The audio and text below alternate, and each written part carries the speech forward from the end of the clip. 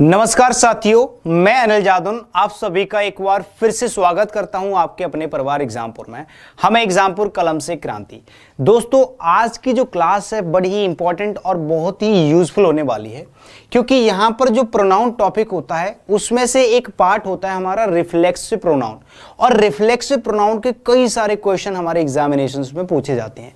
तो मैं आज आप लोगों को रिफ्लेक्सिव प्रोनाउन का एक ऐसा पॉइंट, एक ऐसा यूज बताने वाला हूं जो बहुत ज्यादा इंपॉर्टेंट है और बहुत ज्यादा यूजफुल है, जिसके कई सारे क्वेश्चंस आप लोगों को एग्जामिनेशंस में और प्रैक्टिस में आपको देखने को मिलते हैं।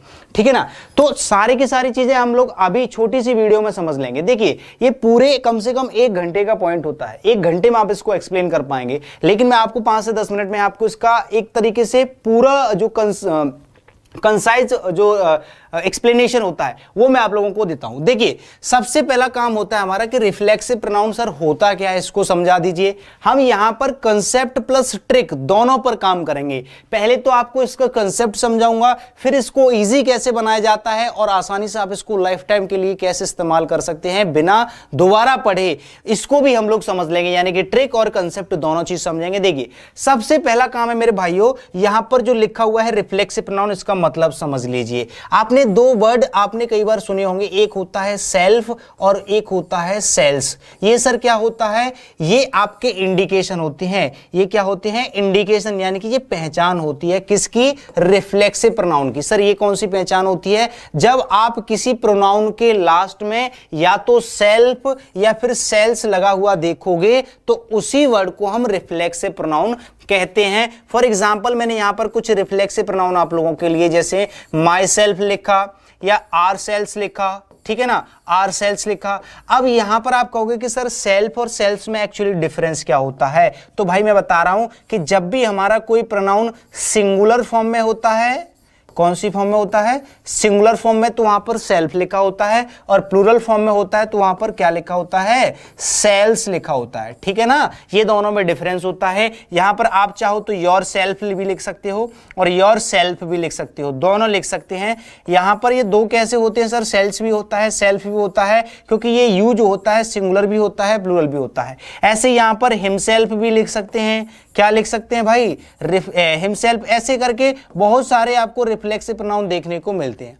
अब बात करते हैं सर इसका कंसेप्ट क्या होता है, इसके क्वेश्चन किस तरीके से बनते हैं, इसको यूज कैसे किया जाता है, इसको याद कैसे रखा जाएगा, इसकी ट्रिक क्या हो सकती है, वो सारे के सारे क्वेश्चंस के हम लोग यहां पर जवाब देंगे आपको। देखिए, पहली बात तो पॉइंट आता है कि सर रिफ्लेक्सिव प्रोनाउन का यूज कहां किया जाता है, किस सेंस में यूज किया जाता है। तो जब भी किसी सेंटेंस का जो सब्जेक्ट होता है उसको खुद को प्रेजेंट करने के लिए हम रिफ्लेक्सिव प्रोनाउन का इस्तेमाल करते हैं। जब सेंटेंस के अंदर जो एक्शन होता है वो रिफ्लेक्ट करता है, अपने एक्शन को रिफ्लेक्ट करने के लिए हम क्या यूज करते हैं? Reflexive pronoun. फॉर एग्जाम्पल, यहां पर मैंने एक सेंटेंस लिखा, एग्जाम्पल के तौर पर मैंने यहां पर एक सेंटेंस लिखा, जैसे कि आई विल। जैसे मैंने यहां पर लिखा I will do my work. थोड़ा ध्यान से समझिएगा, है ना। I will do my work, I will do my work, और लास्ट में मैंने लिख दिया माई सेल्फ।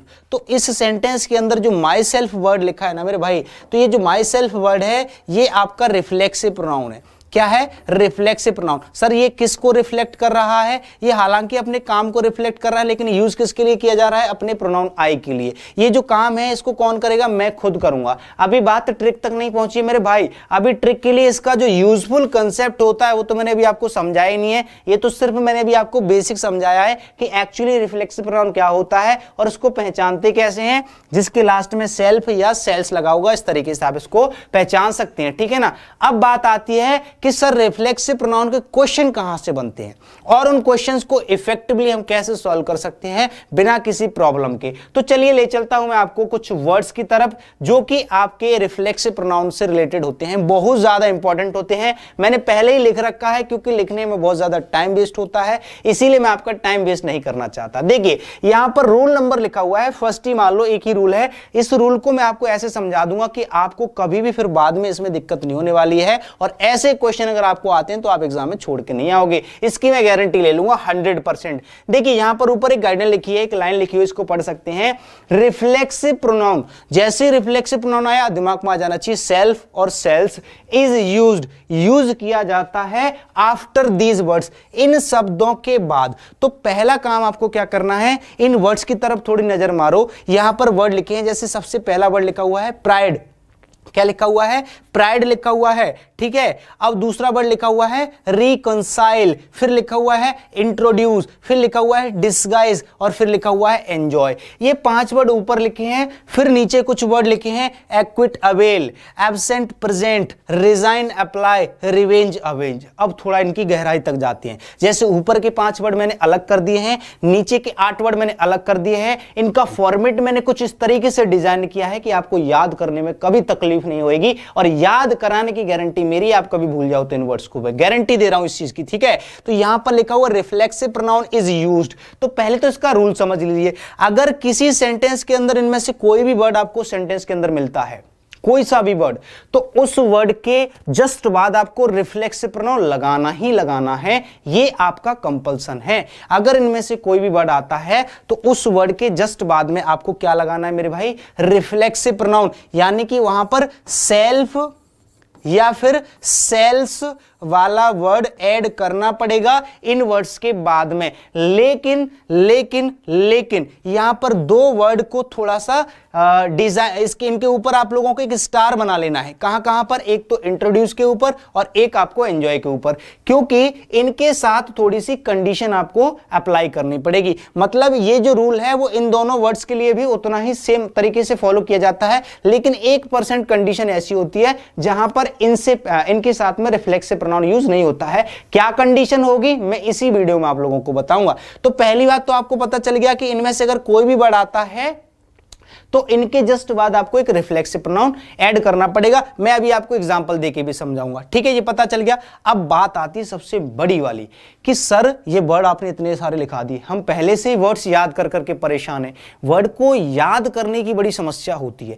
तो मैं आपको बता दूं, अगर ये वर्ड्स आपको याद हो जाएं तो क्या ये रूल आपको याद नहीं हो जाएगा? अगर ये वर्ड आपको याद हो गए तो आपको ये रूल याद हो जाएगा, कभी भी इस रूल के क्वेश्चन को कभी छोड़ के नहीं आओगे। तो आपको क्या करना है मेरे भाई, इन वर्ड्स को को याद करना है, सबसे पहले इन वर्ड को याद करना है। तो मैं क्या कहूंगा कि अगर इन वर्ड्स को याद करना चाहते हो तो मैंने पहले से इस तरीके से डिजाइन किया है इनको कि मैंने 2-2 वर्ड के पेयर बना रखे हैं, ठीक है ना। तो जब आपको ग्रुप में कुछ वर्ड्स याद करने हुआ करें तो उनके 2-2 के पेयर बना लीजिए, ठीक है ना। यहां पर मैंने 2-2 के पेयर बना लिए हैं, ठीक है। और इनमें से 3 पेयर ऐसे हैं, एक तो फर्स्ट वाला, एक सेकंड वाला और एक थर्ड वाला। ये 3 पेयर ऐसे हैं जिनके दोनों वर्ड एक दूसरे के अपोजिट हैं, यानी कि एंटोनियम है। अगर एक्विट का मतलब होता है रिहा करना तो अवेल का मतलब होता है पकड़ लेना। दोनों का मतलब लिख लीजिए, यहां पर जगह नहीं है, आप लोगों को खुद लिखना पड़ेगा। एक्विट का मतलब होता है छोड़ देना, बरी करना, रिहा करना, जाने देना, और अवेल का मतलब होता है पकड़ लेना, गिरफ्त में लेना, प्राप्त करना, ठीक है। दोनों का मतलब समझ में आ गया। अब बात आती है एब्सेंट और प्रेजेंट की। एब्सेंट का मतलब होता है अनुपस्थित और प्रेजेंट का मतलब होता है उपस्थित। रिजाइन का मतलब होता है रिजाइन करना और अप्लाई का मतलब होता है आवेदन करना।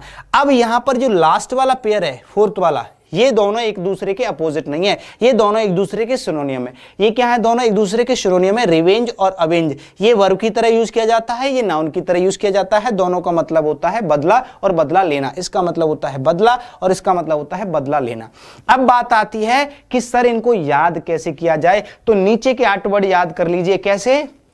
अगर मैंने इनको 4 पेयर में डिवाइड कर दिया तो आपको 4 पेयर याद करने, मेरे साथ साथ बोलना है। पहला पेयर है तो जैसे ही मैं पहला पेयर बोलूंगा आपके दिमाग में आना चाहिए एक्विट अवेल। फ्लो में याद करोगे जल्दी याद हो जाएंगे। Equity avail, absent present, resign apply, revenge Awez. मुझे तो रटे हुए हैं भैया, आपको रटने, आपको याद करने, एक झटके में याद हो जाएंगे अगर 4 पेयर बना लोगे तो 8 वर्ड के। तो दोबारा से बोलेंगे एक बार मेरे साथ, एक्विट अवेल, सभी लोगों को बोलना है equity avail, absent present, resign apply और रिवेंज अवेज। बस 4 पेयर याद करने हैं आपको ग्रुप में, मतलब जो 8 वर्ड हैं इनके 4 पेयर बना लीजिए। Equity avail, equity avail, equity avail, absent present, absent present, absent present, resign apply, resign apply, resign apply, revenge avenge, revenge avenge, revenge avenge. तो इस तरीके से आप 4 पेयर याद करने हैं बस आपको, और आपके 8 वर्ड हो जाएंगे। ऊपर के 5 वर्ड की टेंशन मत लो, ऊपर के 5 वर्ड तो समझो याद हो गए। जैसे कि यहां पर पहला वर्ड लिखा है, बस इस पहले वर्ड को खोल दो,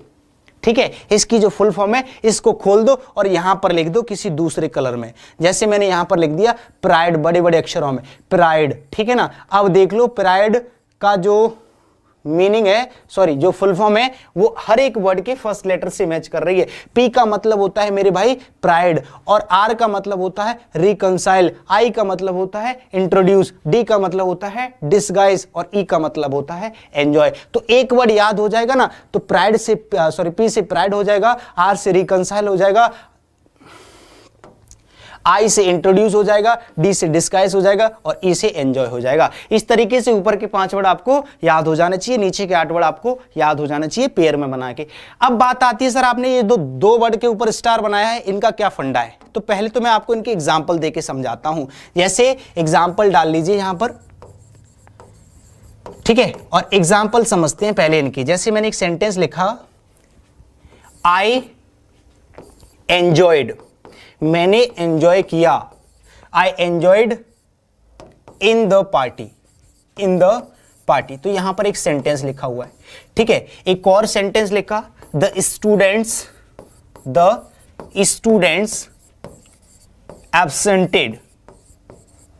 एब्सेंटेड from the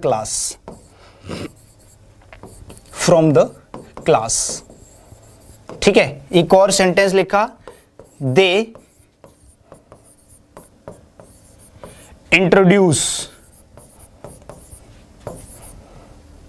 in this company,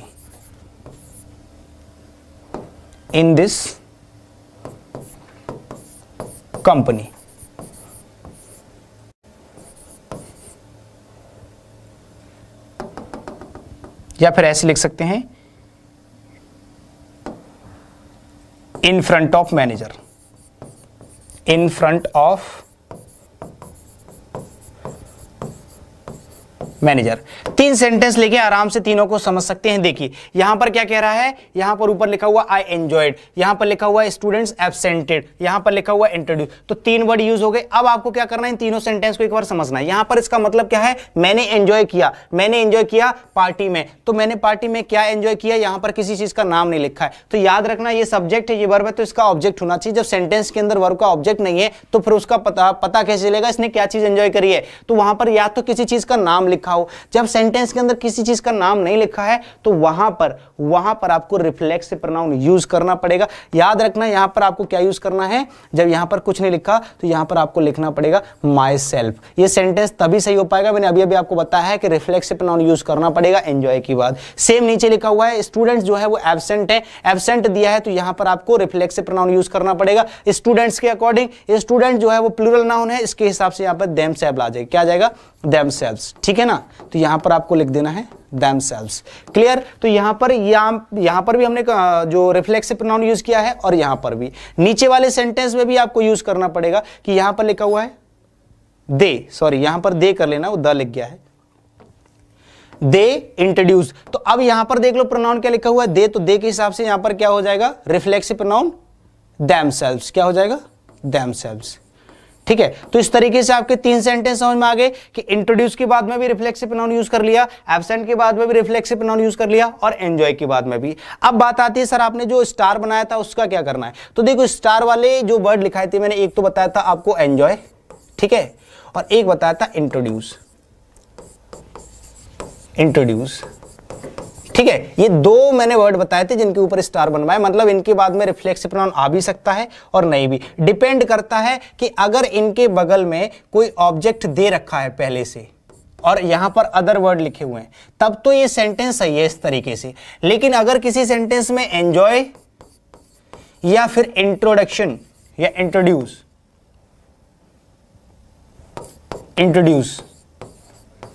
इन दोनों के जस्ट बाद में कोई ऑब्जेक्ट नहीं है। इधर यहां पर प्रेपोजिशन लिखी हुई है और यहां पर कोई भी दूसरा वर्ड लिखा हुआ है, प्रेपोजिशन के बाद ऑब्जेक्ट जुड़ा हुआ है, यहां पर कोई ऑब्जेक्ट नहीं है, मतलब इस वर्ब का या इस वर्ब का कोई ऑब्जेक्ट यहां पर नहीं है। तो यहां पर आपको ऑब्जेक्ट एब्सेंट होने पर रिफ्लेक्सिव प्रोनाउन का यूज करना पड़ेगा, वो भी reflexive pronoun,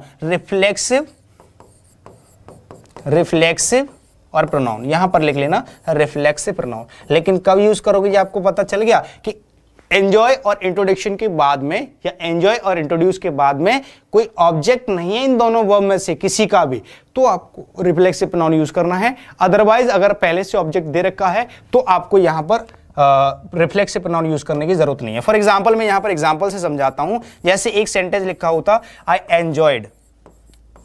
enjoyed the party, same इससे पहले वाला सेंटेंस है I enjoyed in the party और आई एंजॉयड द पार्टी।